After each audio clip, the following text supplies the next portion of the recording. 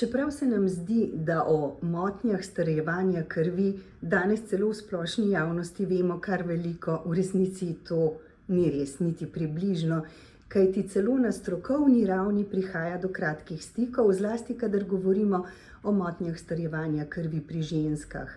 Kje so na tem področju ključni diagnostični in klinični izzivi? Torej, ženske smo posebna populacija.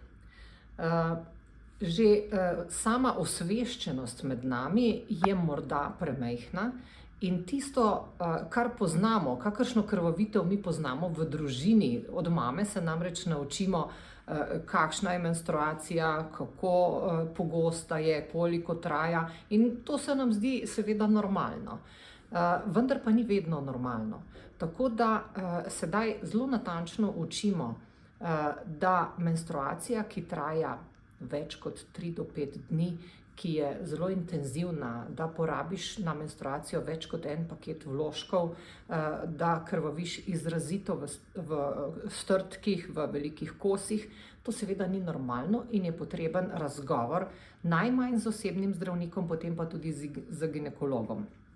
In to je pa že drugo področje, ker vidimo, da je osveščenost osebnih zdravnikov in ginekologov morda nekoliko premajhna, da smo to znanje premalo razširili. Tako da tudi v teh populacijah zdravnikov se včasih zdi, da mislijo, da je potrebno kar počakati, da je to vse normalno in ne pošljajo teh žensk naprej na diagnostiko za prirojene motnje v starajevanju krvi.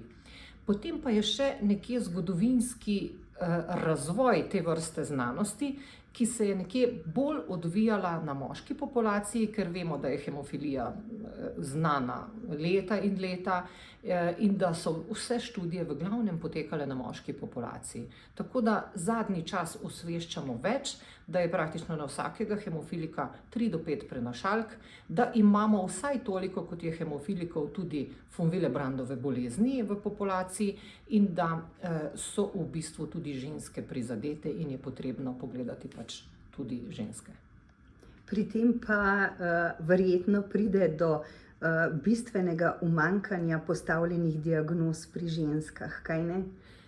Na vsak način, tako da zdaj se trudimo širiti znanje med zdravniki in sicer pri ginekologih imamo pač predavanja, kjer učimo, da je potrebno vsako žensko, ki potrebuje transfuzijo po porodu, obvezno zdiagnosticirati v smeri von Willebrandove bolezni, potem tudi pri močnejših menstruacijah, da pristopijo za to vrsto diagnostike, potem tudi ženske osvestiti, kaj pomeni normalna menstruacija, kaj pomeni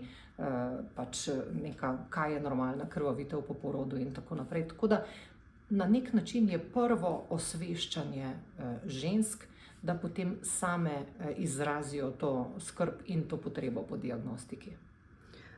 Podobno pa je tudi na drugih ravneh, pri drugih oblikah zdravljenja, kaj ne? Kajti do težav lahko pride tudi pri operativnem posegu, pri močnejši poškodbi ali pri stomatološkem posegu, ko se krvavitev kar noče in noče ustaviti. Torej, če govorimo o von Willebrandovi bolezni, je ta predvsem izražena z sluzničnimi krvavitvami. Sicer je te bolezni enako pri moških in ženskah, ampak je pri ženskah zaradi narave telesa, zaradi fiziologije našega telesa, pač ta vrsta bolezni izrazito bolj izražena.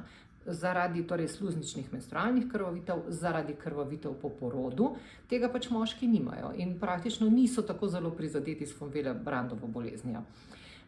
Potem pa seveda ob vsakem urgentnem stanju, ob vsaki poškodbi s krvavitvami so te krvavitve pri teh dednih obolenjih izrazito močnejše tako pri moških kot pri ženskah.